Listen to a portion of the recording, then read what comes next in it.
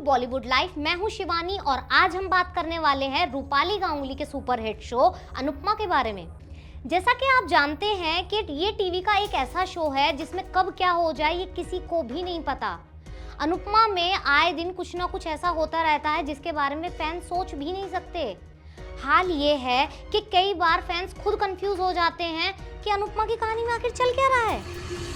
अगर आप अनुपमा का शो देख रहे हैं और 5 मिनट के लिए आपकी निगाह इधर से उधर हो जाए तो आप ये नहीं बता सकते कि इस शो में कौन सा ट्विस्ट आ गया।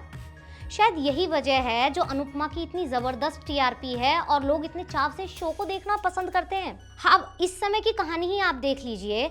अनुपमा जो है वो अचानक से किसी डांस कंपटीशन में पहुंच गई थी। वहां से जब वो निकली तब उसे पता चला कि देविका को कैंसर हो गया है। देविका की बीमारी के बारे में पता लगते ही अनुपमा ने फैसला किया था कि वो उसकी आखिरी इच्छा पूरी करेगी। देविका की आखिरी इच्छा पूरी करने के लिए अनुपमा अपने घर से घूमने के लिए निकली थी। घूमने गई भी, लेकिन अब अनुपमा अचानक से प्रकाश के पीछे पड़ चुकी है।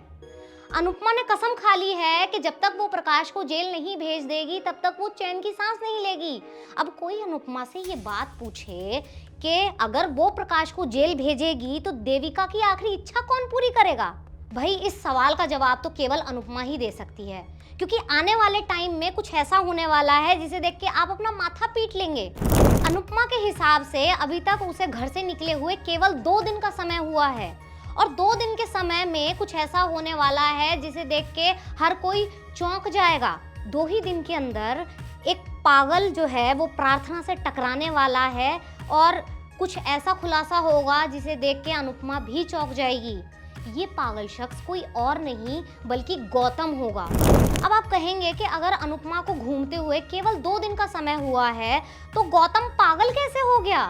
और अगर वो पागल हो ही गया है तो वो पागल खाने कैसे पहुंचा? और अगर वो पागल खाने पहुंच ही गया है तो 2 दिन में वहां से भागता कौन है? भाई ये अनुपमा का शो है और यहाँ पे ऐसी छोटी मोटी बातें तो होती रहती हैं। आने वाले टाइम में भी ये सारी चीजें देख के प्रार्थना को सदमा लगने वाला है। अनुपमा के आने वाले एपिसोड में आप देखेंगे कि राही और अनुपमा मिलकर प्रकाश को जेल भेजने की तैयारी करेंगे। एक छोटी सी गलती की वजह से राही किडनैप हो जाएगी। अब राही किडनैप हो रही है और अनुपमा उसे बचाने ना जाए ये तो हो ही नहीं सकता। अनुपमा जो है वो राही को बचाने निकल जाएगी। वहीं दूसरी तरफ प्रार्थना की मुलाकात गौतम से होने वाली है। प्रार्थना अचानक ही एक आदमी से टकराएगी जो कि बहुत बुरे हालातों में होगा। प्रार्थना को पहले तो समझ नहीं आएगा कि ये आदमी कौन है। बाद में प्रार्थना को इस शख्स का चेहरा नजर आएगा। प्रार्थना को समझ आ जाएगा कि ये आदमी कोई और नहीं बल्कि गौतम है।